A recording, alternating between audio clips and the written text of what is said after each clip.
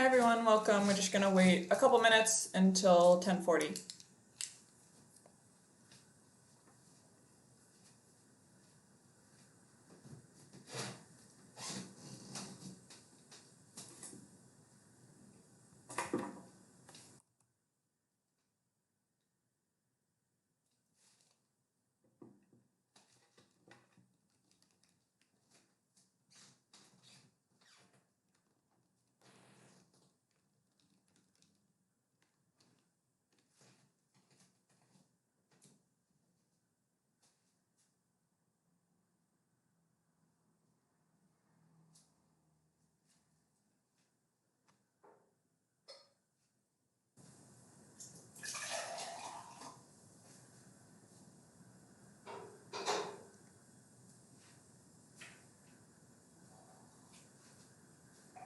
How many people are in the Zoom? 50. It's only 33 currently on YouTube.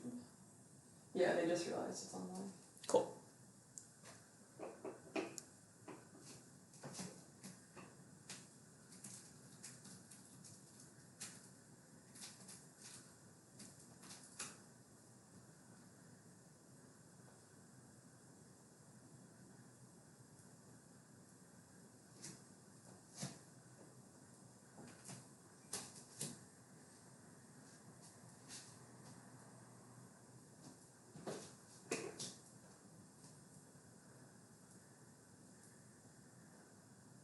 I mean, I can split them into breakout rooms now. There's still only 50.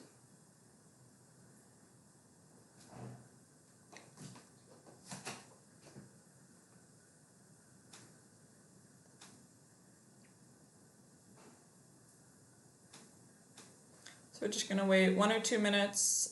Make sure you're also in the Zoom.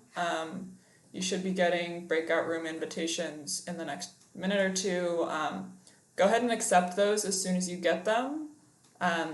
Even before we break out into actually working on problems in small groups, it's good for you to be in the small groups so that if you have questions for each other, you can chat about them as we go. So just go ahead and accept those as soon as you get them. Sometimes the little window with the breakout room invitation can get hidden, so look sort of behind your main window if you can't find it. Although Katie's still sending them right now, so you might not have gotten one yet.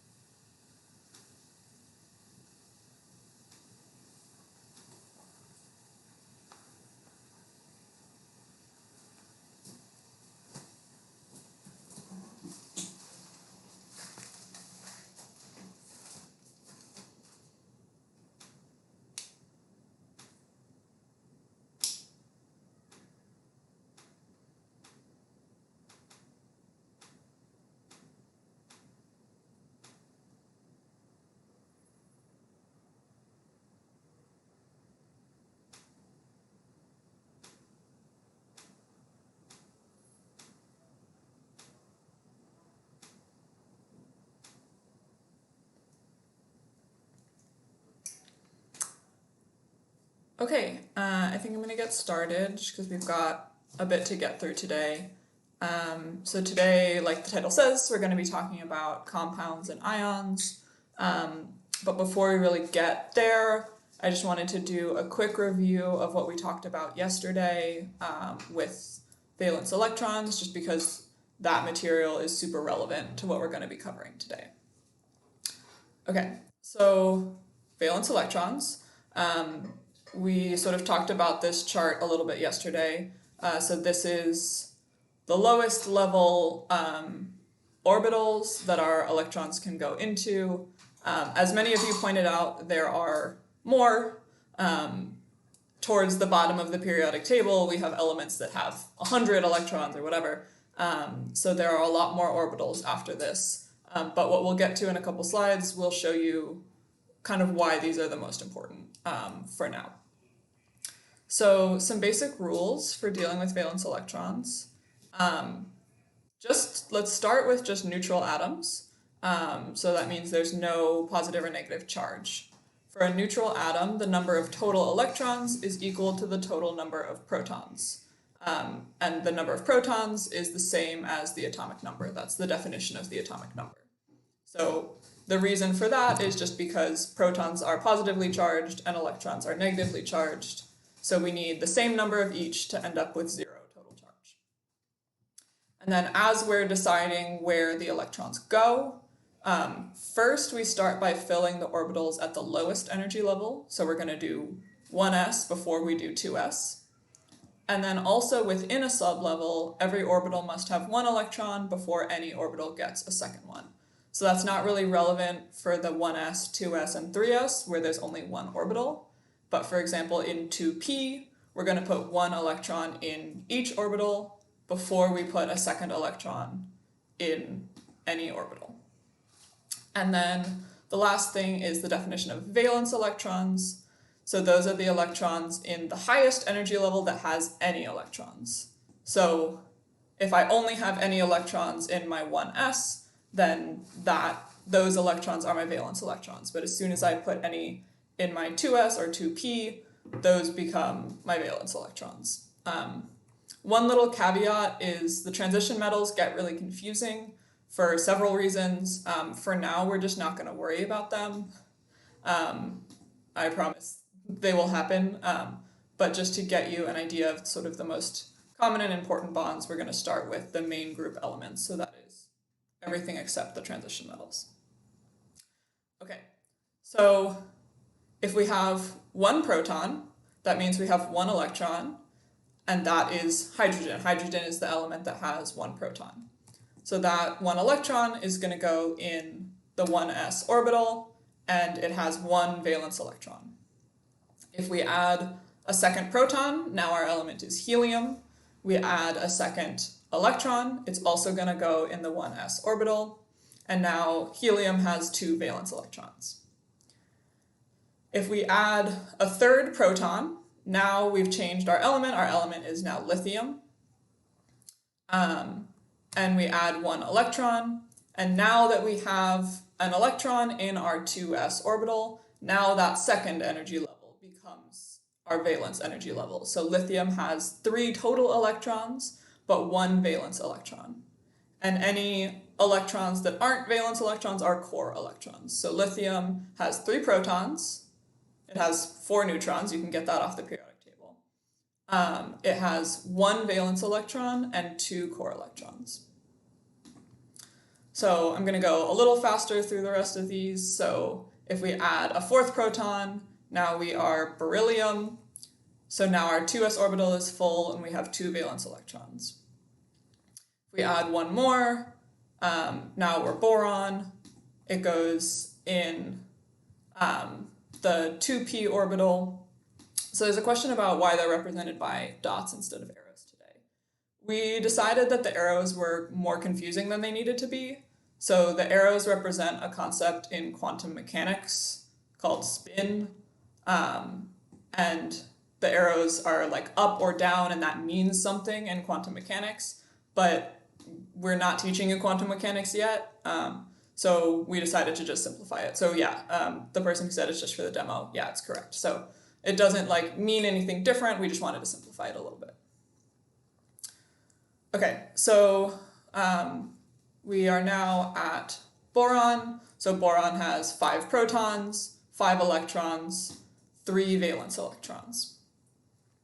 When we add another proton, this is where that Hund's rule comes in. We're going to add it to another orbital. We're not going to fill up that first 2p orbital. We're going to add an electron to the next orbital. So now this is carbon. Carbon has 6 total electrons, 4 valence electrons, 6 total electrons, 2 core electrons. So we add 1 more, that's nitrogen, and then now each of those 2p orbitals has 1 electron in it. So now when we add 1 more proton, and therefore 1 more electron, so now we're looking at oxygen, we're going to fill up that first 2p orbital. So then we add 1 more, this is fluorine. Fluorine has 7 valence electrons, 9 total electrons. And then we add 1 more, this is neon. neon has what's called a full valence shell. So it has 8 valence electrons, and that valence shell only has room for 8 valence electrons. So we'll talk in a little bit about why that's important. And then as we add more electrons, we just do exactly the same thing as we did in the previous level. So we add one more, now this is sodium, I hope. And now we have 1 valence electron. So as we fill in more electrons in this energy level, it goes exactly the same as it did on the previous energy level.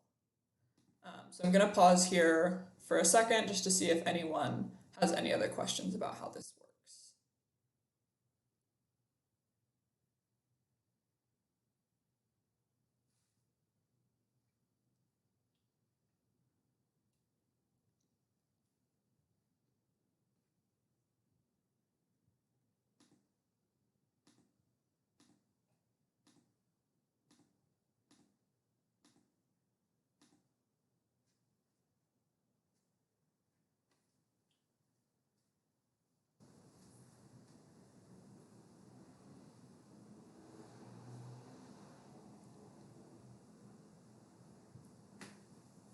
Okay, I think that's been long enough for the lag, but please add more questions if you have them. So we can also use, oh great, there's a question. So a full valence shell means the outer shell is full or just has 8 electrons? That's a great question. So it depends on what level the valence shell is. So for that first valence shell down all the way at the bottom, when we talked about hydrogen, when we were talking about hydrogen, there is only a 1s orbital that is in that first shell, that first energy level. So for hydrogen, a full valence shell would mean 2 electrons. Because when I had that box all the way down at the bottom, there was only 1 orbital in the box. But then for the higher energy levels, it is, those two things are the same. So a full shell is the same as 8 electrons. So most of the time, for everybody other than hydrogen and helium, 8 is going to be the magic number for you. There are a couple exceptions to that, but for the most part. But the big one is hydrogen. Hydrogen wants 2 electrons. So hydrogen has 1 electron, it has 1 valence electron, but a full valence shell for hydrogen would be 2 electrons.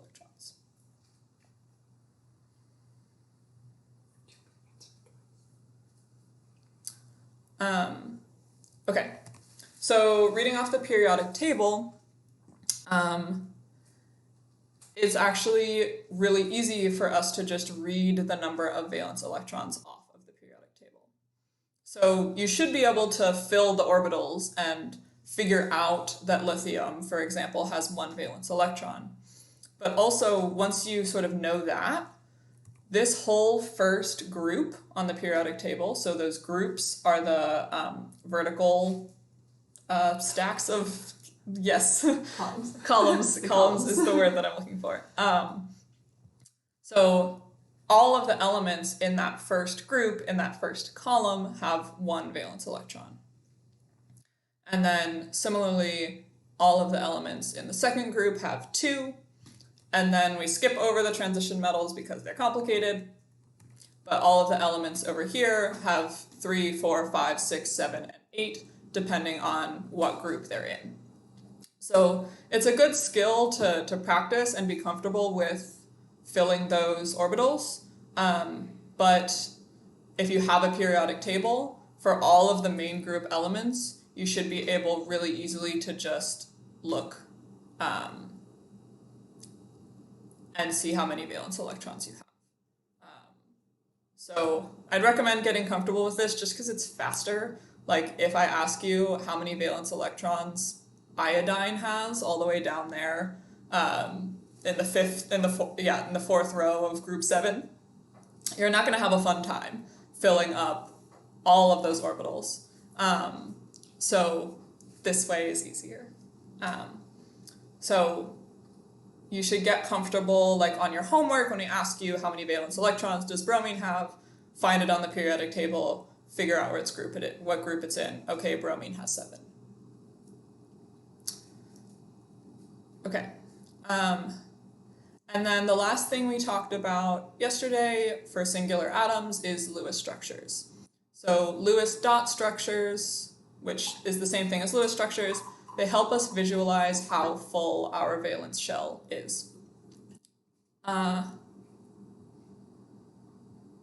So the row number is relevant to the number of orbitals, but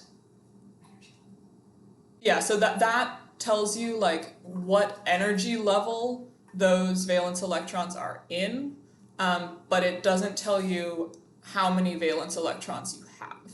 And it's how many valence electrons do you have is what influences the reactivity. So it's those valence electrons that interact with other elements' valence electrons. So what we really care the most about is how many valence electrons do I have, not necessarily what orbitals are they in or what energy level are they in. Are they in 3s or are they in 4s? Right now we just want to know how many valence electrons there are. So I hope that helps. So Lewis structures help us just sort of draw and visualize how full our valence shell is without having to, draw the arrow with all of the energy levels that we did on the first slide. So if I have an element, I'm calling it X, that has 1 valence electron, we would draw it like this. We're still going to follow the rule where we fill up every orientation first before we add a second one. So we're going to put our second valence electron, our third, and our fourth. And then now when we start putting our fifth, we start pairing them up. So this is what 5, 6, 7, or 8 valence electrons will look like. Someone asked a question yesterday when we were talking about this, about does it matter, like let's say that I have 7 valence electrons. Why did I put that single dot at the top instead of on the side or the bottom? It doesn't really matter. What matters is how many dots are there and are they in pairs or are they singular? Okay, so this is what an atom with a full 8 valence electrons would look like. And what we kind of touched on a little bit yesterday but haven't really dived into is that atoms want, to the extent that atoms have feelings, which they don't, but full valence shells are stable. So atoms will want to interact with other atoms so that they can have a full valence shell. So these atoms all the way, these elements all the way on the far right of the periodic table, that 8th group, already have full valence shells. So helium has 2 valence electrons, which, like we talked about earlier, that first valence energy, that first energy level only has 2 slots. So that's full for helium. And then neon, argon, etc. all have 8 valence electrons. So they have full valence shells. And these elements are called noble gases. And they are very stable. They tend to be really unreactive. They don't need to interact with anybody else to steal electrons or give electrons away in order to get a full valence shell. Okay, so we're about to get into bonds in a second. So I want to pause here to see if anybody has any questions on Lewis structures.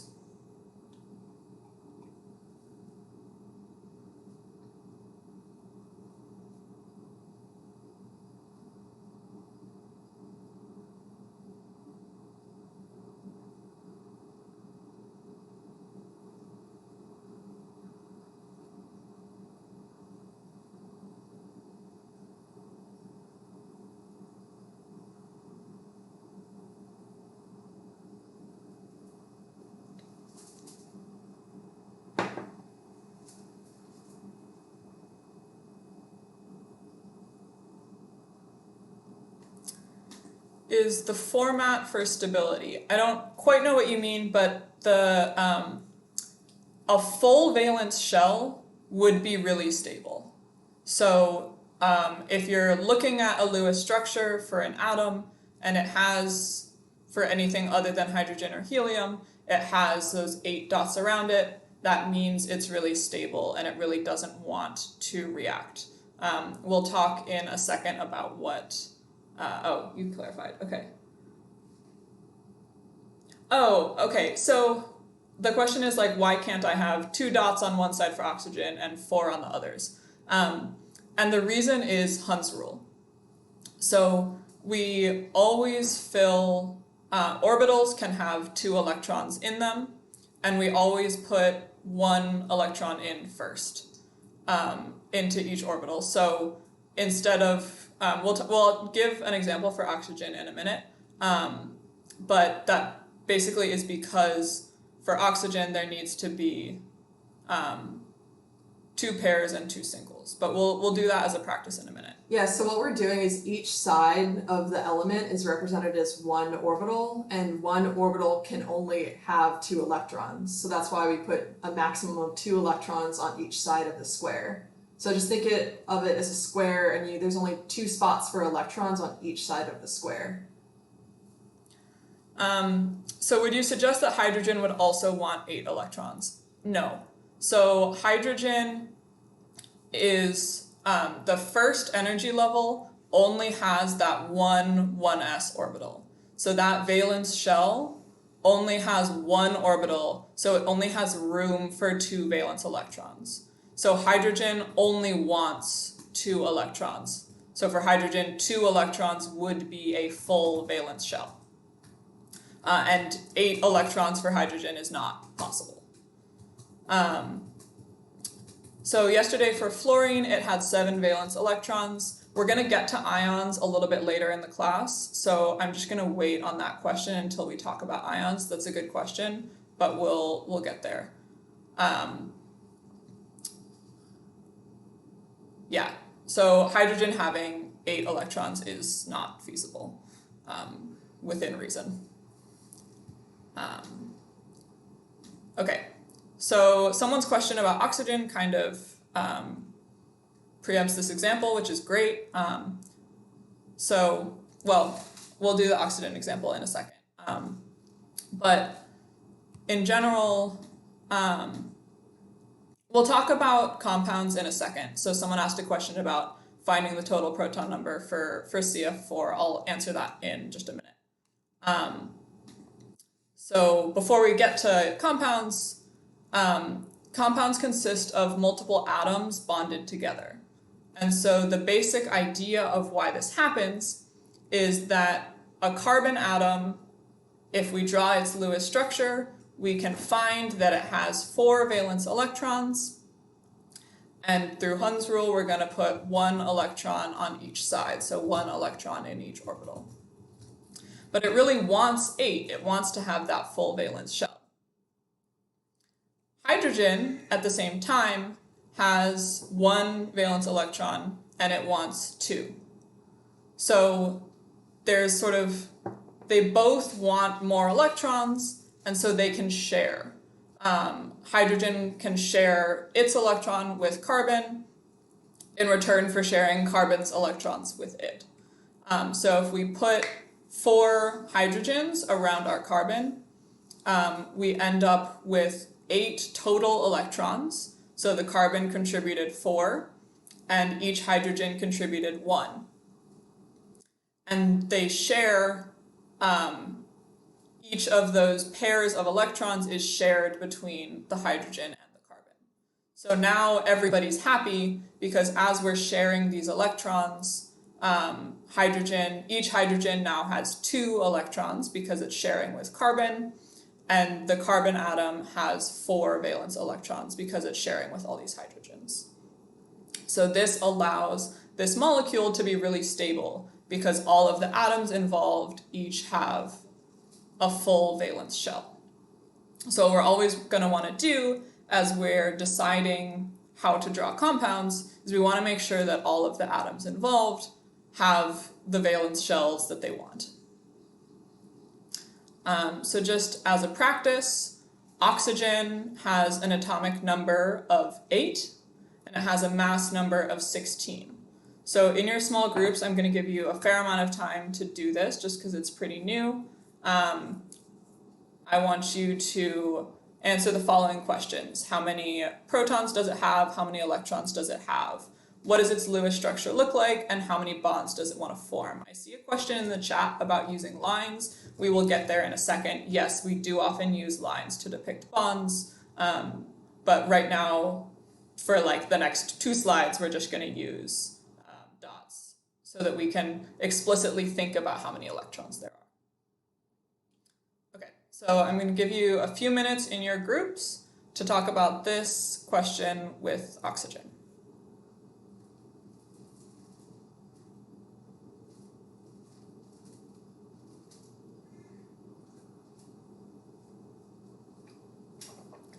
And if you talk in a minute for your groups and you're super confused, drop a question in the YouTube chat.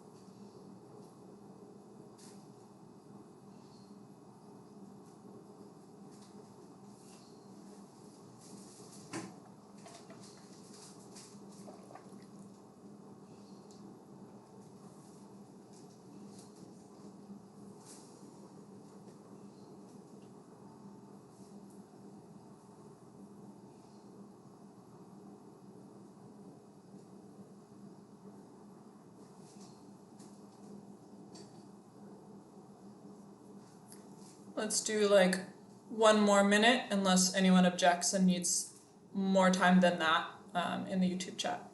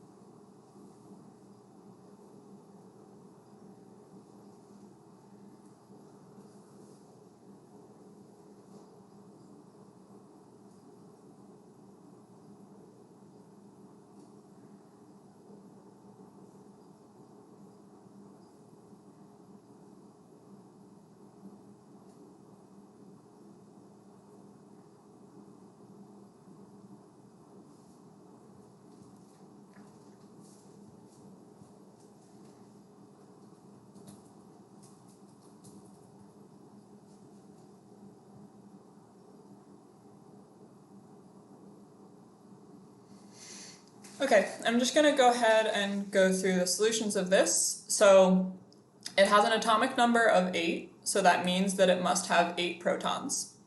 If it's neutral, which you should always assume that something's neutral unless you're told otherwise, or have a good reason to believe otherwise. So it's going to have 8 electrons to cancel out those 8 protons. When we want to draw the Lewis structure, first we need to figure out how many valence electrons it has. So we could do that 2 ways. One, we could use the chart that we used on the first slide, and we would know that we should put our first 2 electrons in the 1s orbital. And then that means we have 6 more to go in 2s and 2p. So we'll have 6 valence electrons.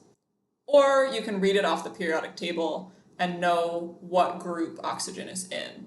And that will also show you that oxygen should have 6 valence electrons.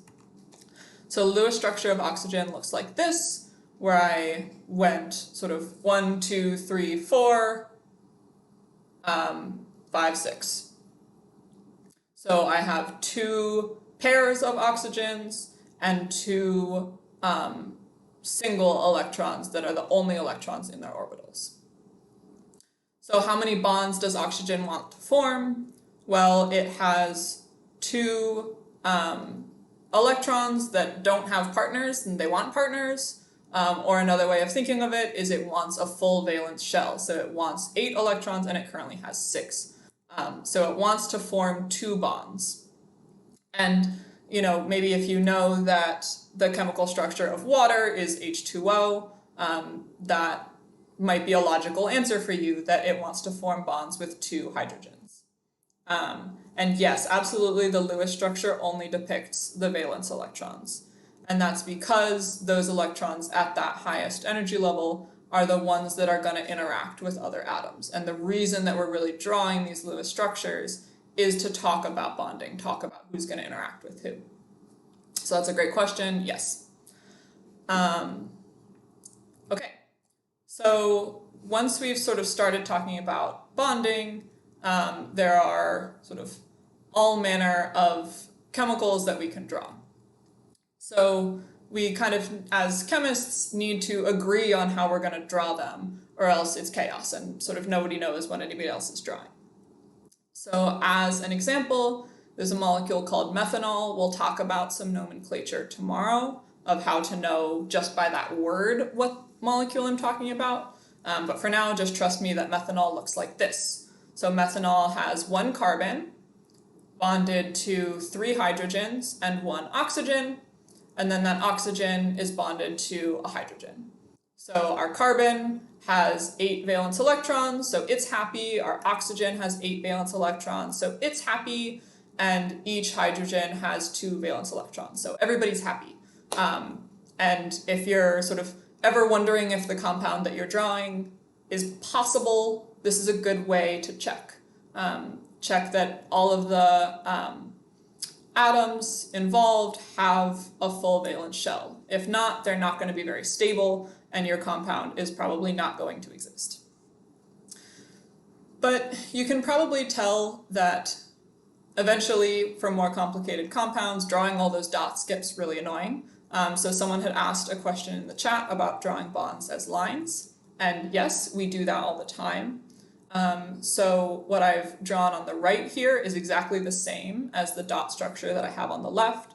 So each line is 1 bond, and you just have to remember that each bond, each line, represents 2 electrons that are being shared by the 2 atoms that are connected by the bond. We also would like to be able to talk about molecules without drawing structures all the time. So we can also just write out just what atoms there are. So we have a carbon bonded to 3 hydrogens, bonded to an oxygen, bonded to a hydrogen. This also gets pretty clunky because we've got 3 H's in a row. So the way that we actually write that is CH3OH. So that subscript 3 means that there's 3 hydrogens. So maybe if you need practice, you can write it the way I have it on top with the CHHHOH first and then condense it. But really get used to writing it and seeing it the way I have it at the bottom with those subscript numbers indicating how many of each atom we have. So just with a more complicated example to really illustrate why this is necessary, this is a molecule called 2-chlorobutane. And again, don't worry about how I know what it's called. We'll get there in a bit. But it looks like what I've drawn on the right here. And I hope you can see why drawing all of these dots for a molecule like this, or even bigger ones that we'll get to later, would be really annoying. And so we can write out 2-chlorobutane as CH3. So that's that first carbon bonded to 3 hydrogens. Then we have a carbon bonded to 1 hydrogen and 1 chlorine. Then we have a carbon bonded to 2 hydrogens. And then we have a carbon bonded to 3 hydrogens. So that's what that written form of the chemical formula that I have written there means. You can condense these and say the person just asked a question about why not put CH4O. I'm just about to answer that, so awesome question, good timing. So we could condense this and say there's 4 carbons, however many hydrogens, and there's 1 chlorine. And if we did that, we would write C4H9Cl. And that would not be wrong, that is totally fine. You can write things that way. But it depends what your goal is, because when I write it this way, I don't know where that chlorine is attached. It could be all the way at the end, and so it's a little more ambiguous. So this is sort of an accurate way of describing your compound, but what I've written above tells us more about what order those bonds happen in. So you should definitely get used to seeing molecules drawn this way, and you'll have a lot of practice throughout the rest of the course.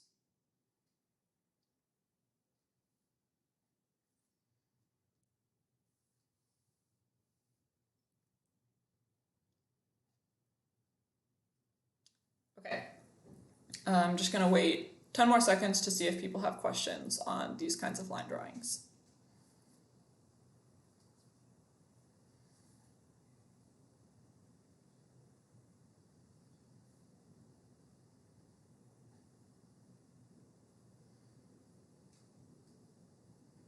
Okay, so the next thing we talk about is double bonds.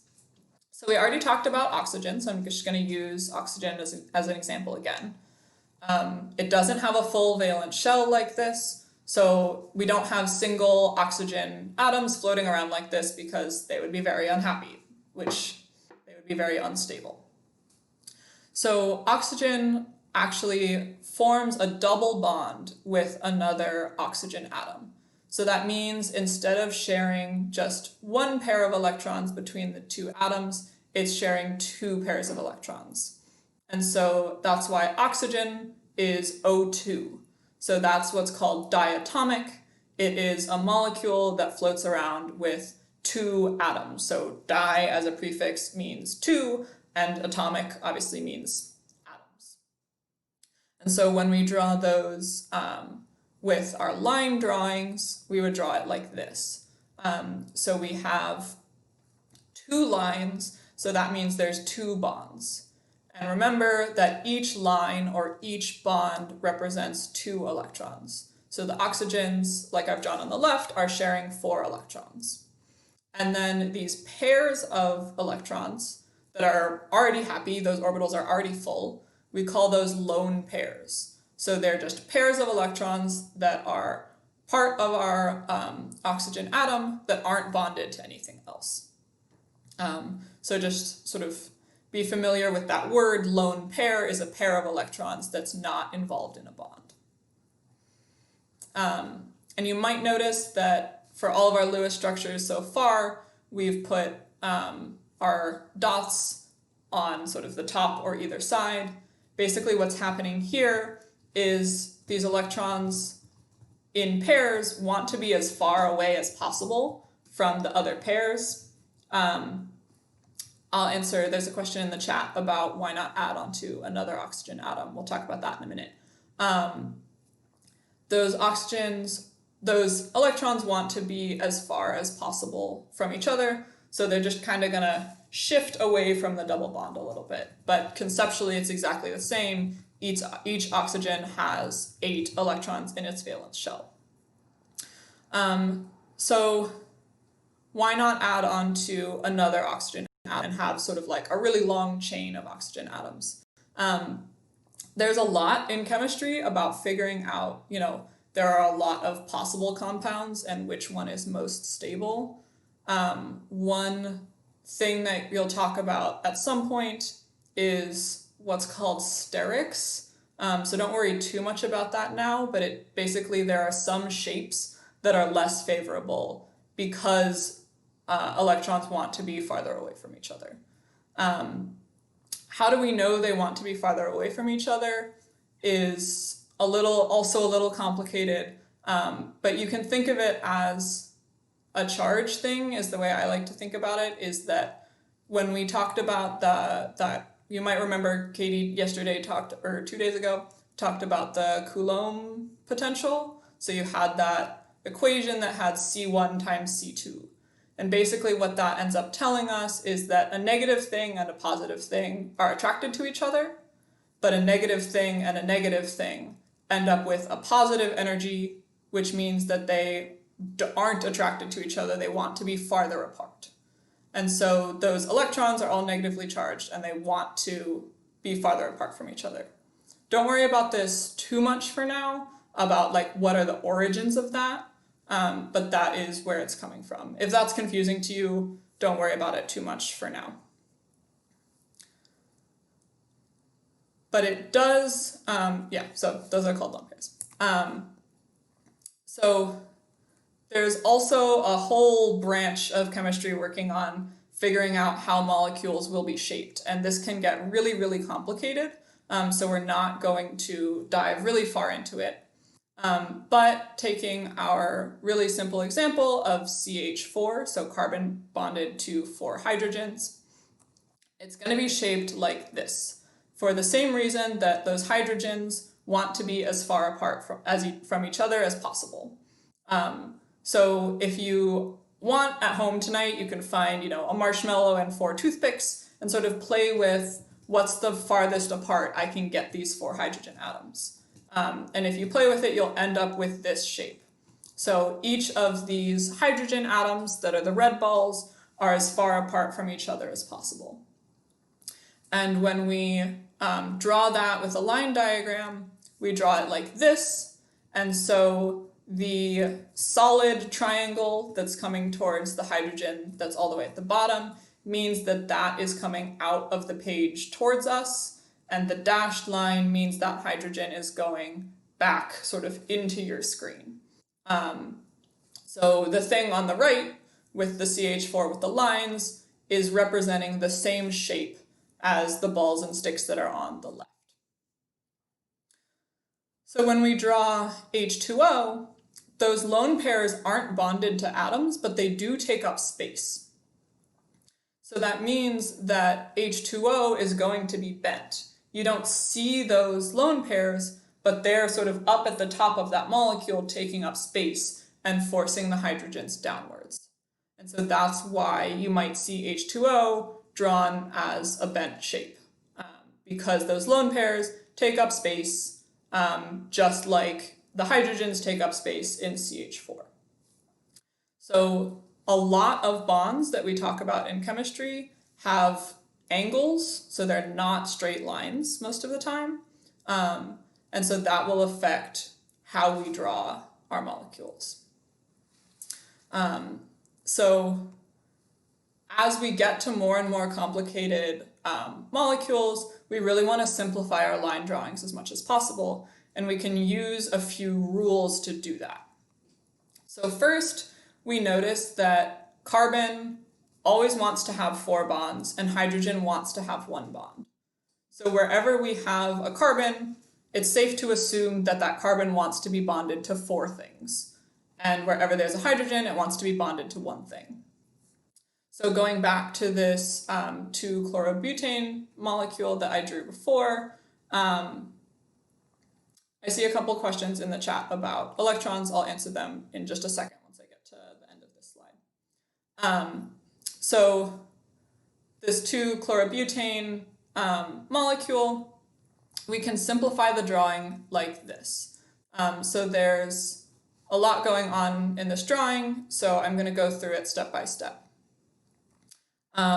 So first, carbon is a really complicated, is a really common atom in our compounds. And so wherever a bond ends without an atom being specified, we assume that that is carbon because carbon is just so common. So all 4 of these spots on this diagram where a bond ends without us specifying what atom it is, all 4 of those are carbon. And then we haven't drawn 4 bonds to every single carbon, so that carbon in the bottom left only has the 1 bond that leads to it. So it needs 3 more bonds. and we assume that all of those are hydrogens.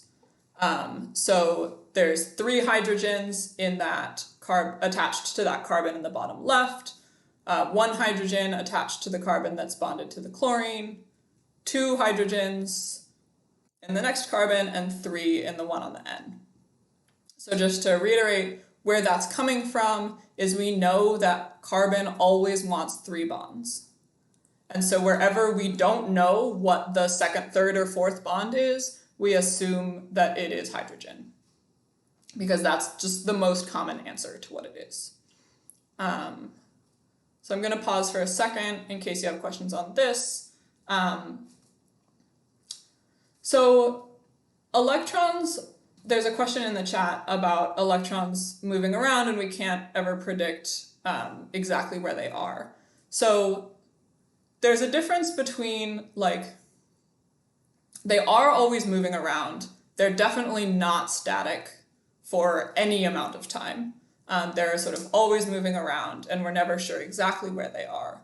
But we can sort of say that they're, like Katie was talking yesterday about probability, about where they're most likely to be.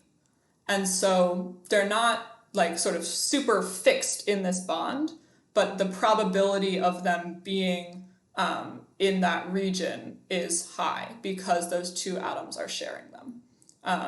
So yeah, never think of electrons as like super fixed in one place, never moving again. Think about them as probability, and when we're drawing these bonds, it's sort of like they're being shared between these 2 atoms and they're still moving around. But yeah. So they refer to that as electrons being highly localized. So that means that you do know that they really are along this molecule in a way that forms a very strong bond. Even though we can't exactly find them, we do know that there is a really high probability. Yeah. So there's a question about H2O being a double bond. So oxygen would be perfectly happy to form a double bond with hydrogen, but hydrogen only has 1 electron to share. So hydrogen can't form a double bond with oxygen because it just doesn't have enough electrons to be involved. So hydrogen can only ever form single bonds because it only has 1 electron that it can share. So oxygen is happy to form a double bond with, say, an oxygen, or with another oxygen, or with a carbon, but it can't form a double bond with hydrogen just because hydrogen can't give it an electron. Okay, so back to the line drawings. I don't see any questions specifically about the line drawings, so hopefully that makes sense. We are going to do a practice right now. So just an example of like why we might need these line drawings. This is testosterone, and you can see that it is a super, super complicated molecule. And if we tried to draw out all of the carbons and all of the hydrogens in this molecule, we could, but it would take a lot of time and our drawing would be super clunky. We would have so many letters everywhere all the time. So that's why we like to simplify these line drawings, just so it's easier for us to read. So just as a practice of working with these line drawings, this is a molecule called benzene, and I want you to discuss in your groups what kind of atoms does benzene have. So does it have carbons, does it have hydrogens, does it have oxygens, and how many of each are there? So maybe there are 3 carbons, maybe there are 5. And then from that, what is the chemical formula of benzene? And then lastly, how many double bonds does benzene have, and how many single bonds does benzene have? So if you can discuss that in your groups, I'll give you a few minutes, and then we'll come back together.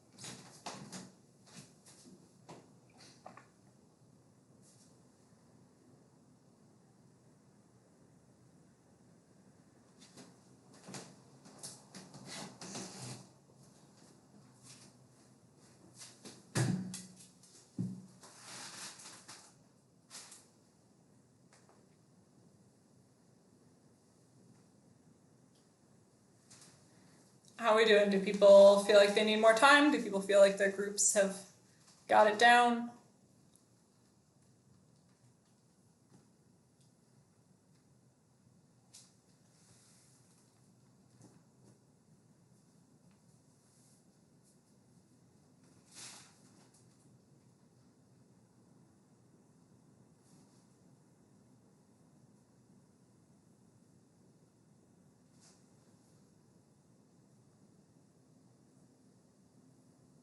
Okay, I see people needing more time, so I'll give you another couple minutes and then we'll come back together. Thanks for letting me know.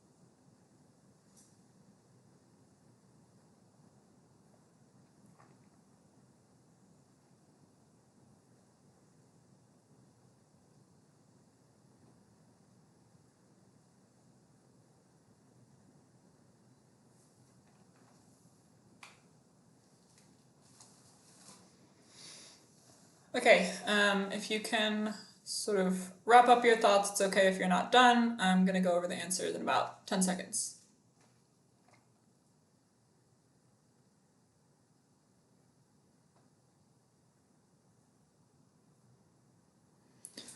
Okay, so the way that I always start these is if I'm not sure, I just actually write it out and draw all the atoms in. So if you do that, you'll get what I've drawn in the bottom left here.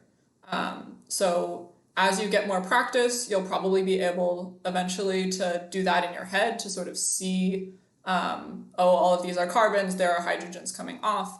But for now, as this is new, you're always welcome to just draw it out in the full non-simplified form. So once I do that, this makes the first question pretty easy. It's just counting. So there are 6 carbons and 6 hydrogens. What is the chemical formula? It's just C6H6. You could write CH if you wanted to. That would not be wrong. It just sort of takes up more space than you need to. And then how many double bonds does benzene have and how many single bonds? So from sort of the original simplified line drawing, it's pretty easy to conclude that it has 3 double bonds, but it can trip people up and think there's only 3 single bonds because those are the only ones that we can see in that diagram. But we actually also have to account for all of the single bonds linking the carbons to the hydrogens. So that gets us to 9 total single bonds and 3 double bonds.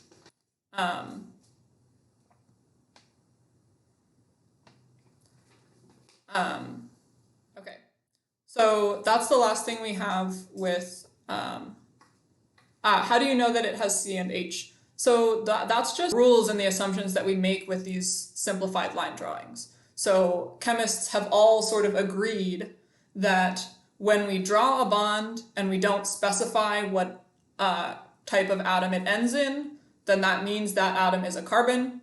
And then we also know that carbons need to have 4 bonds, and each of those carbons only have 1 single bond to another carbon coming off and 1 double bond, so that's only 3. So we know that it needs more hydrogens. So that's just, it's called a convention that chemists have agreed to. So we'll just sort of practice with that and get used to it. We could have just as easily agreed that that means it's oxygen or that means it's nitrogen, but it's just because carbons and hydrogens are so common that we've agreed that when we don't specify, we're assuming it's carbon. And then when no atom is drawn at all, but we know there needs to be more bonds, that it's hydrogen. Okay, so the last thing I want to talk about really quick is ions. So ions are atoms or compounds with a non-zero charge. Yeah, exactly. The answer to the question in the chat is correct. So ions are atoms or compounds with a non-zero charge. So if we look at our periodic table, we can find sodium and we can figure out that sodium has one valence electron.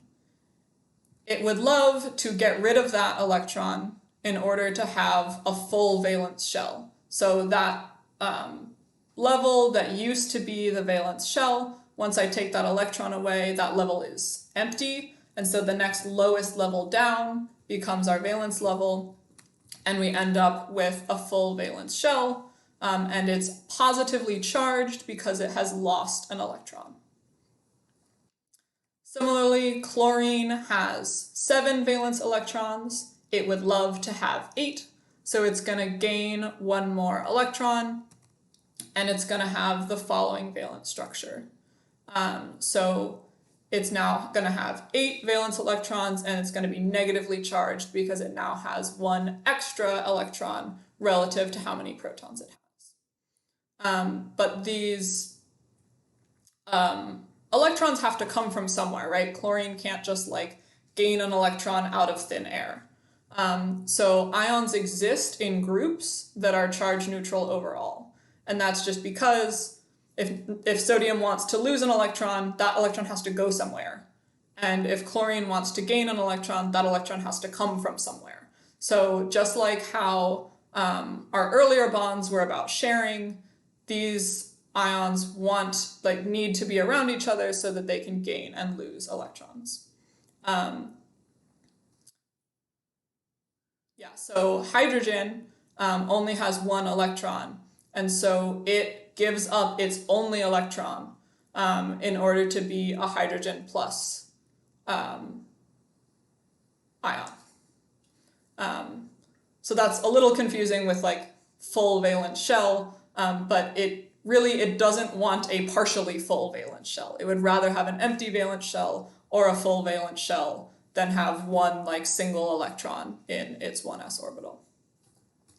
So the last thing I want to talk about with ions is bonds. So the first type of bonds that we talked about today are called covalent bonds. And so as an example, carbon and hydrogen both want more electrons than they have. So they each share their electrons so that they're both happier. So carbon and hydrogen each have these lone electrons. They each share their lone electrons with each other, and everybody gets a full valence shell. So covalent bonds are based on sharing electrons. Ionic bonds are different. Sodium wants less electrons, so both carbon and hydrogen wanted more electrons. But here, sodium wants less electrons, and chlorine wants more electrons. So chlorine is actually going to steal an electron from sodium. And we're going to end up with sodium plus, so it has one less electron, so it's positively charged, and chlorine minus. Now, these also form a really strong bond, but for a totally different reason. So they're not sharing electrons. What's actually happening is that what's called electrostatics means that positive and negative charges are really strongly attracted to each other.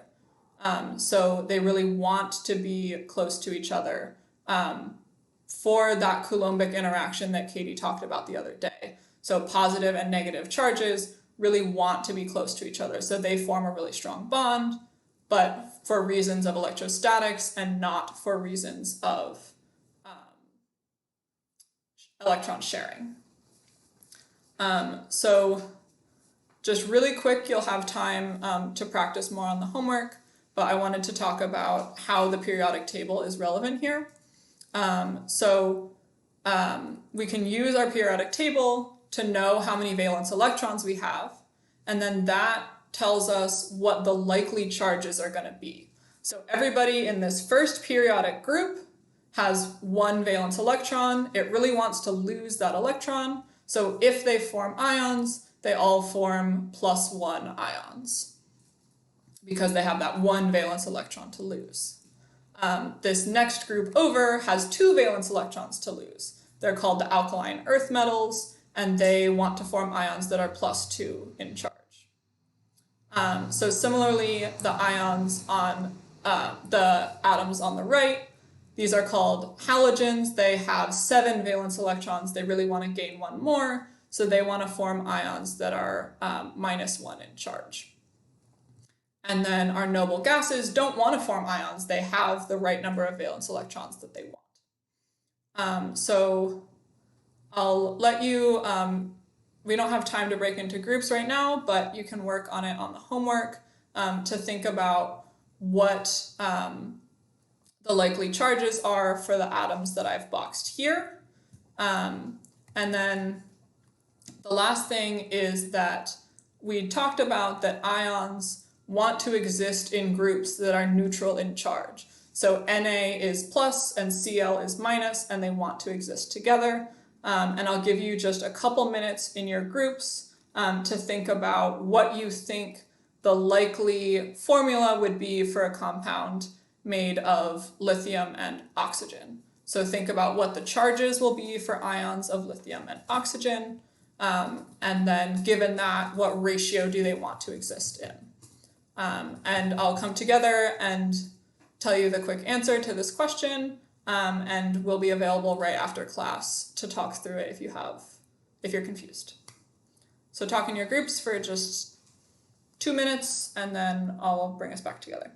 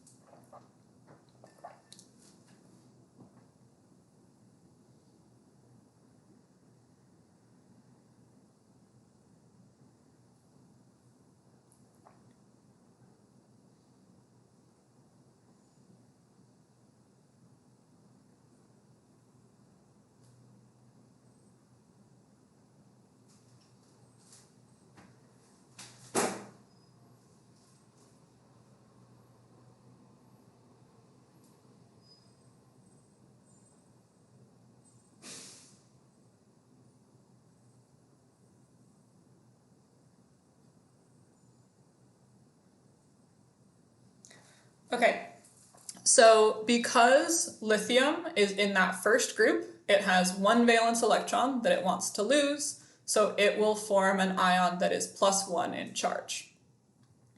On the other hand, oxygen has 6 valence electrons, so it wants to gain 2 more. So if it forms an ion, it wants to form an ion that's -2 in charge. So if we have a compound made of lithium and oxygen, we need twice as many lithiums as oxygens in order for those charges to cancel out. So we have a -2 for oxygen. That means we need a +2 for lithium, which means we need 2 lithium atoms that are each +1. So we're gonna get a compound that is Li2O, so 2 lithiums and 1 oxygen. So that is all we have for today. There are practice questions on problem set 4, and Katie and I we'll end the live stream in just a minute, and then we'll go into the Zoom room in case you have any more questions. So I hope this all made sense, and please come ask us if you have any questions.